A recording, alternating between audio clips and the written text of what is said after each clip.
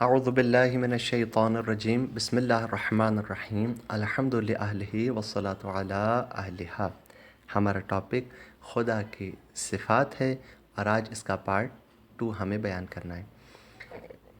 اس سے پہلے حصے میں ہم نے پروردگار عالم کی وہ صفات بیان کی تھیں جو اس میں پائی جاتی ہیں، اور ان میں سے مشہور ترین صفات جو کہ 8 تھیں، اور ہم نے کہا تھا انہیں صفات ثبوتیہ کہا جاتا ہے۔ آج ہم صفات سلبیہ کے متعلق جانیں گے۔ اس کا مطلب کیا ہے؟ یعنی وہ صفات جو اللہ تعالیٰ کی ذات میں نہیں پائی جاتی۔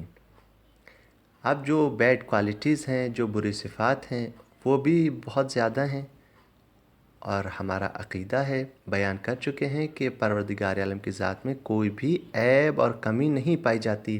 اس کا دامن ہر طرح کی کمی اور برائی سے پاک ہے۔ تو یہ مشہور ترین ہیں جو 8 ہیں صفات سلبیہ، جنہیں میں آج بیان کروں گا۔ ان میں سے پہلی ہے کہ خدا مرکب نہیں، یعنی خدا مختلف اجزاء سے مل کر نہیں بنا، مختلف چیزوں سے مل کر نہیں بنا۔ دوسری صفت یعنی وہ جسم نہیں رکھتا۔ خدا مخلوقات کی طرح جسم کا محتاج نہیں ہے۔ یہ مخلوق کی صفت ہے کہ وہ جسم کا محتاج۔ تیسری صفت ہے مکان نہیں ہے۔ خدا کے رہنے کی کوئی ایک جگہ مخصوص نہیں ہے، بلکہ وہ اپنی قدرت کاملہ سے اور جسم نہ ہونے کی وجہ سے ہر جگہ پر موجود ہے۔ وہ مکان کا محتاج نہیں، اس کے رہنے کی کوئی ایک جگہ مخصوص نہیں۔ حلول نہیں، یہ چوتھی صفت کہ خدا تعالیٰ کسی بھی شے میں نہیں سماتا۔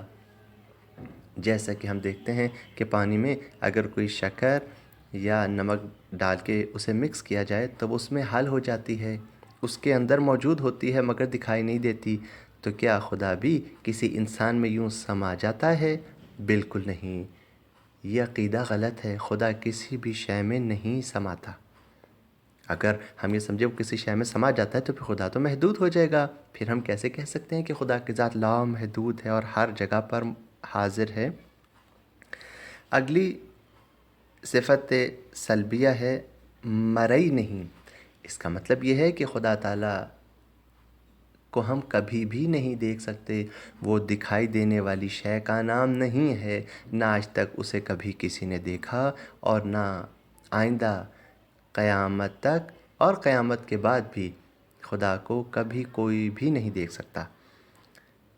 پھر ہے محل حوادث نہیں، یعنی اللہ تعالیٰ کی ذات میں مختلف حالتیں، کیفیتیں طاری نہیں ہوتیں۔ مثلا ہم انسان ہیں، پہلے بچپنا، پھر جوانی، پھر بڑھاپا، کبھی خوش کبھی غمگین، کبھی ہنستے ہیں کبھی روتے ہیں۔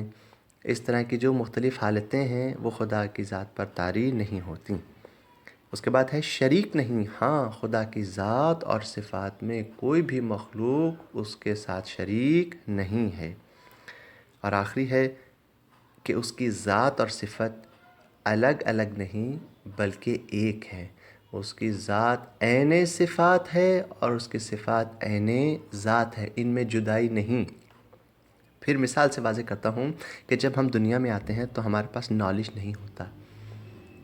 پھر ہم بڑے ہوتے ہیں، ہم نالج گین کرتے ہیں، ہمارے پاس علم آتا ہے، اور ممکن ہے جب ہم بوڑھے ہوں تو پھر ہمارا حافظہ کمزور ہو جائے اور ہم وہ باتیں بھول جائیں۔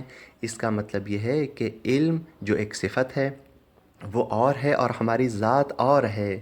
کبھی صفت سے ہم متصف ہوتے ہیں، کبھی وہ صفت ہم سے دور ہو جاتی ہے، لیکن خدا تعالیٰ کے ساتھ جو صفات اس کے لیے ثابت شدہ ہیں، خدا کی ذات اور صفات میں جدائی نہیں ہے۔ یہ تھا اس کا مفہوم۔ دعا ہے کہ پروردگار عالم ہماری معرفت میں اضافہ فرمائے اور ہمیں توحید پرستوں میں شمار فرمائے۔ وآخر دعوانا ان الحمد للہ رب العالمین۔